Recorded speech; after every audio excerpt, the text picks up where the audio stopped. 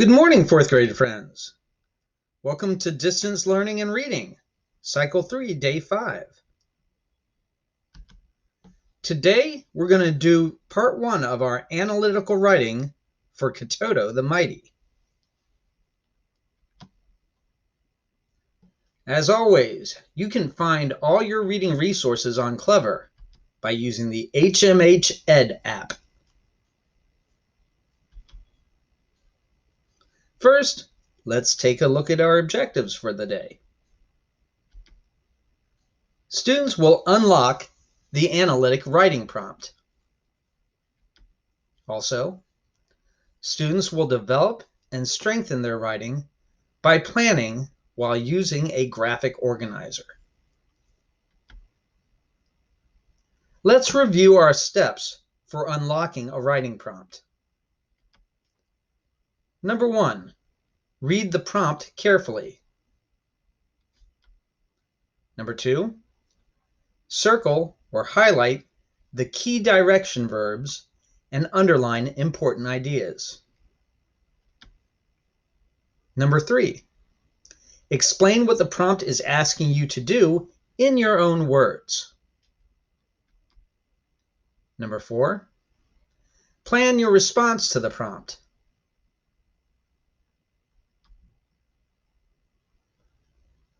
While you're doing this, consider the following: the evidence within the text to support your response, and your thinking that supports the evidence chosen. Okay, let's do step 1. Let's read the prompt carefully.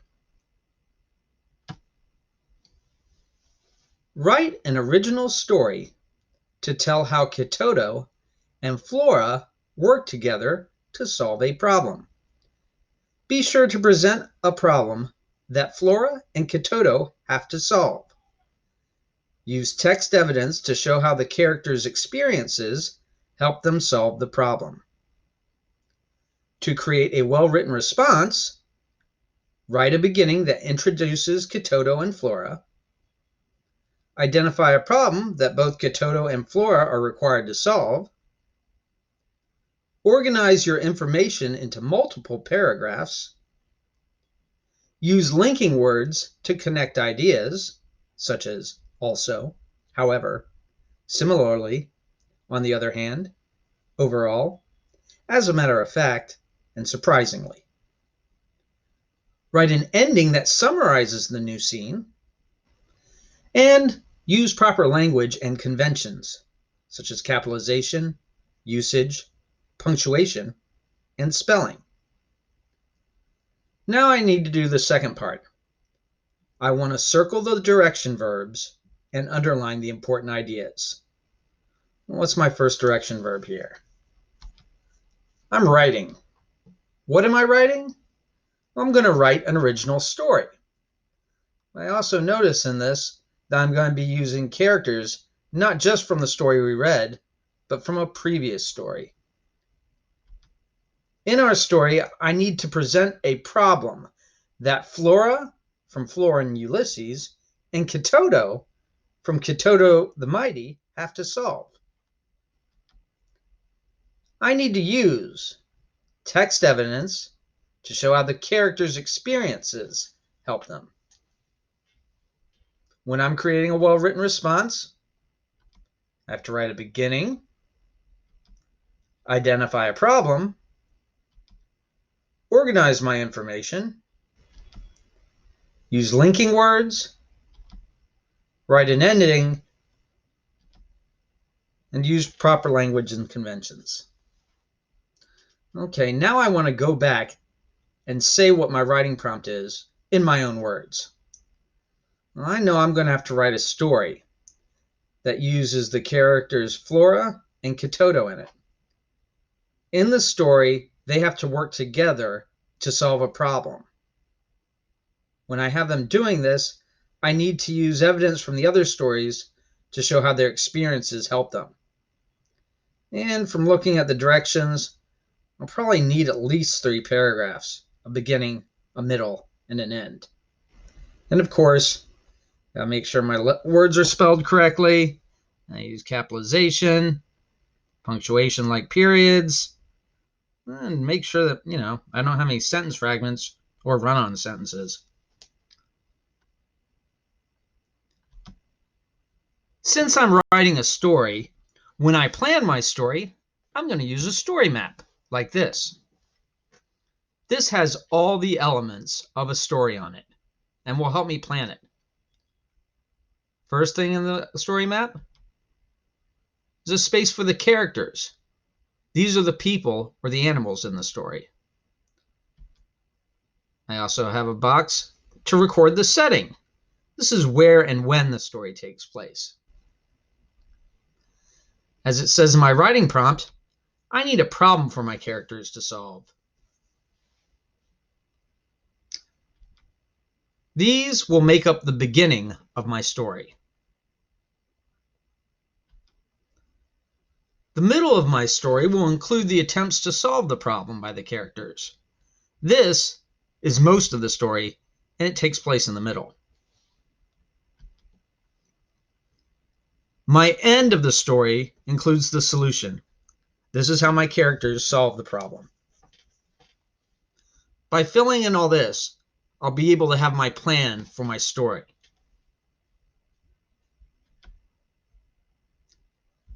Now I need to think about the information I'm going to select from the two stories, Flora and Ulysses and Kitoto the Mighty.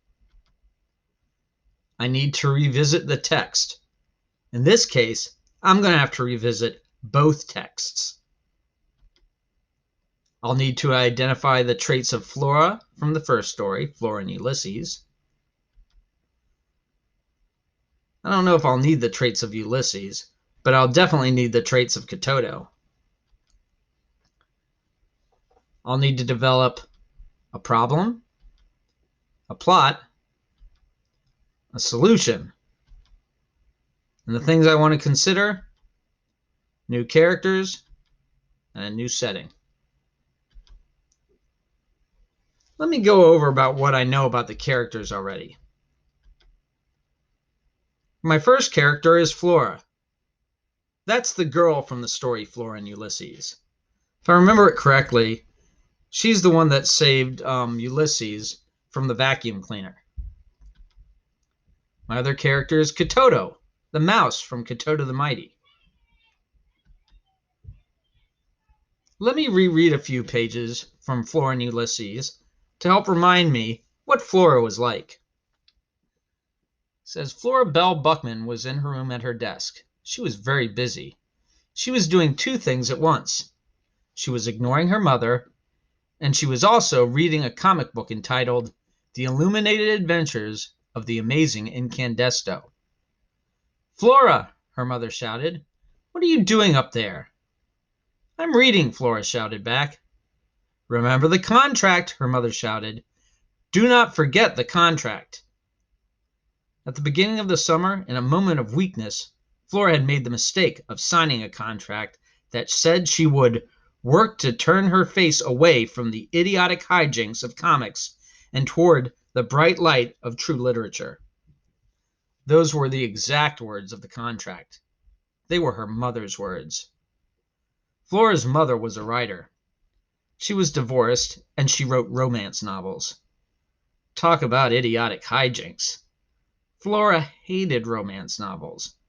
In fact, she hated romance. I hate romance, said Flora out loud to herself. She liked the way the words sounded.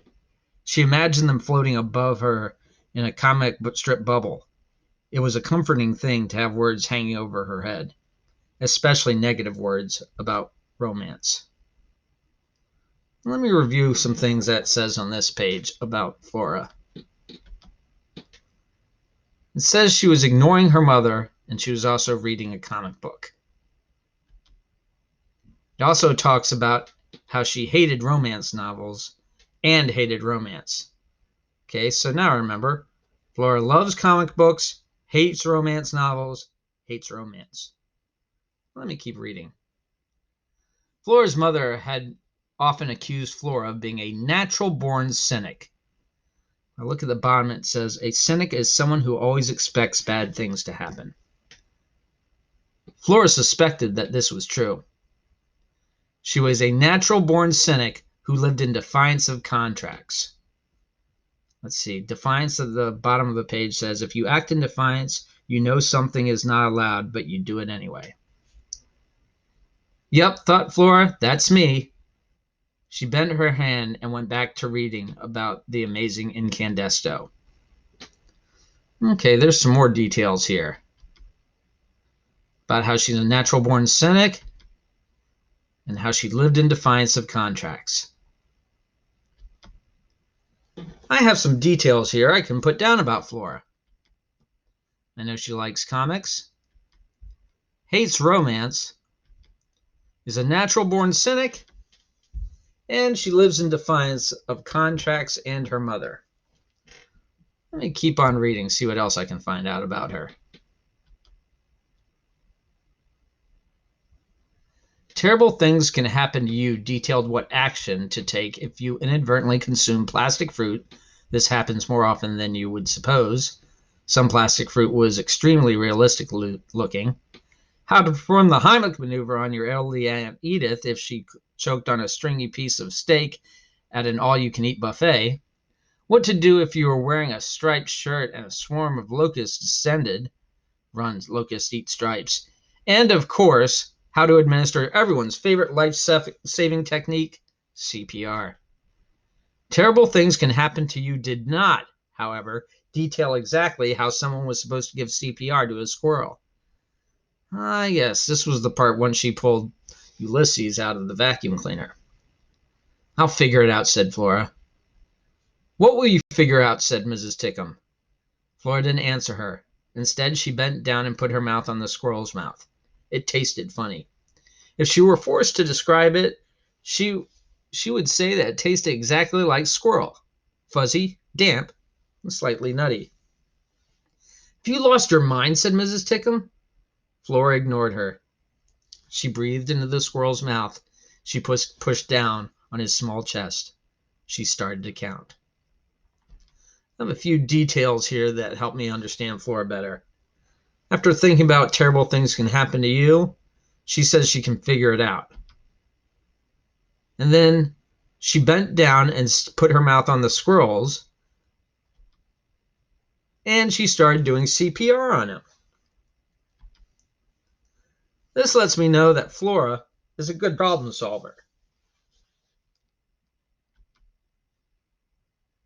Now let's take a look at Kitoto. See what he got himself into. High in the sky, a hawk circled and searched. Then, swift as an arrow, he dropped to the ground. Barely ahead of the hawk's claws, Kitoto darted into a bush. The little mouse, who had never learned to dig burrows, hid there, with nothing to eat all day.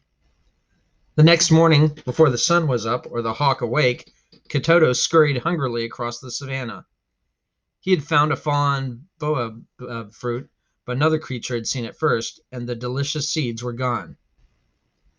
That is when the hungry little mouse heard the sound of a big rushing river. Cautiously, he approached the riverbank and watched the angry waters sweep away huge trees and rocks.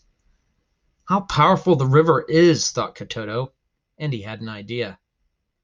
I am Kitoto the mouse, small and weak, he cried to the river. I wish to make friends with you. With a friend like you to protect me, I won't have to go hungry for fear of the hawk. You must be the most powerful of all beings. Not so, roared the river. The sun can protect you better, for he is far more powerful than I. He burns me to a trickle in the dry season. The sun is the most powerful being. So, on these first 2 pages, I'm learning stuff about Kitoto. In this part, when he's trying to worry about what to do about the hawk, he has an idea. He actually figures some stuff out. He comes across the river, who he sees as powerful, and asks if he can make friends with him, so he'd have someone to protect him. Let me record down here what I've learned about Kitoto. He's someone who tries to solve his problem, and he looks for someone capable of helping him solve his problem. And he's not afraid to ask for help. Let's take a look at this page a little further in the story. With the longest of her braids, the wind swung Kitoto away to a distant mountain peak. I am Kitoto the Magnificent, Emperor of the Savannah, the little mouse proclaimed to the mountain. I wish to make friends with the most powerful being. Thought it was the river, who told me it was the sun, who told me it was the wind. But no, the wind tells me it is you. Not so, thundered the majestic mountain. There is one far more powerful than I, who chomps away at my root. Surely this creature, whom I have felt but never seen, must be the most powerful being of all. Looking back at this part, where Kitoto claims himself to be the emperor of the savannah, he goes back over all the things he's done to get here. He went to visit the river, and then the sun, and then the wind. And now he's finally visiting the mountain. He keeps trying to solve his problem, and he doesn't give up. What does this tell me about Kitoto? It tells me that he's pretty persistent. He doesn't give up.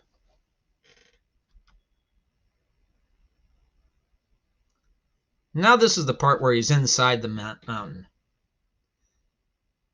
Kitoto stared in amazement as the figure bowed. I am Kigego, the mountain mouse. Welcome to my home. Your home?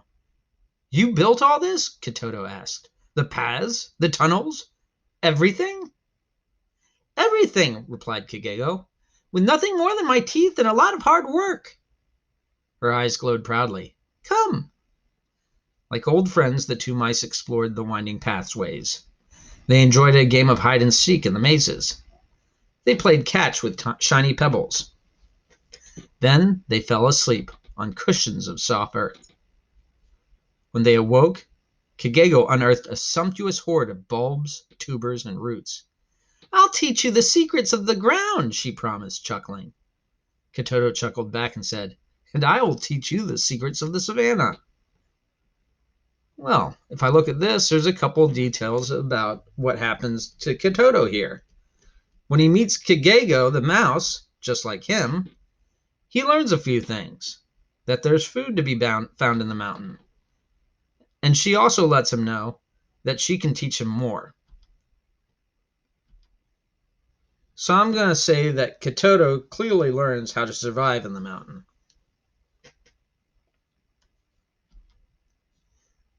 Now I need to come up with a problem that Flora and Kitoto could solve together. This could be anything, really, but I have to use their characteristics when they try to solve the problem. I could have a story where Kigego goes missing, and Kitoto asks Flora to help him. Could have a story where Ulysses has gone missing, and Flora asks Kitoto to help her. I could have a story where Kitoto is threatened by a new predator, maybe a hyena or a cheetah or lions.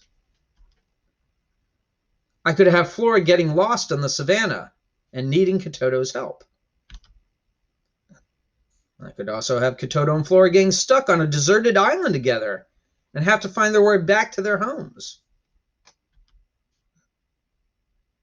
I could also have a story where Flora needs the help of the most powerful being. Or I could have the Ulysses 2000X suck up Kitoto and Flora has to save him. Hey, I could even have these two abducted by aliens. Who knows? We got options. But I'm going to use Flora gets lost on the savannah and need Kitoto's help. Let's go back and start my planning on my graphic organizer. Well, characters part, that's pretty easy. I'm going to have Flora and Kitoto. The setting, I already mentioned it. It's going to be on the savannah. And the problem, like I said on the last slide, while traveling with her mom, who is doing research for her new book, Flora gets lost on the savannah. Let's look at their attempts to solve the problem. Also, I'm going to introduce Kitoto in this part. Flora is wandering the savannah with predators following her. Flora winds up at the foot of the mountain and finds a way inside. That's the mountain that Kitoto's living in now with Kagego. She comes across Kitoto, who now lives in the mountain. Kitoto gives Flora food that he has stashed away inside the mountain. He shows her a place where she can rest until it is safe to leave, and they stay hidden until nightfall. At the ending of my story, I'm going to have them solve the problem. At night, Kitoto leads Flora back to civilization and her mother. So, in my beginning, I have my characters, my setting, and my problem. I have the main part of the plot in the middle, all the events that happen. And at the end, I have my solution. Today, you're going to fill out, or at least start filling out, a graphic organizer of your own so you can develop your own story with your own problem. Please use this video and the slideshow to help you in your planning. If you need any help, you can email me at john.malter@pgcps.org. And after school today, have a great weekend, guys.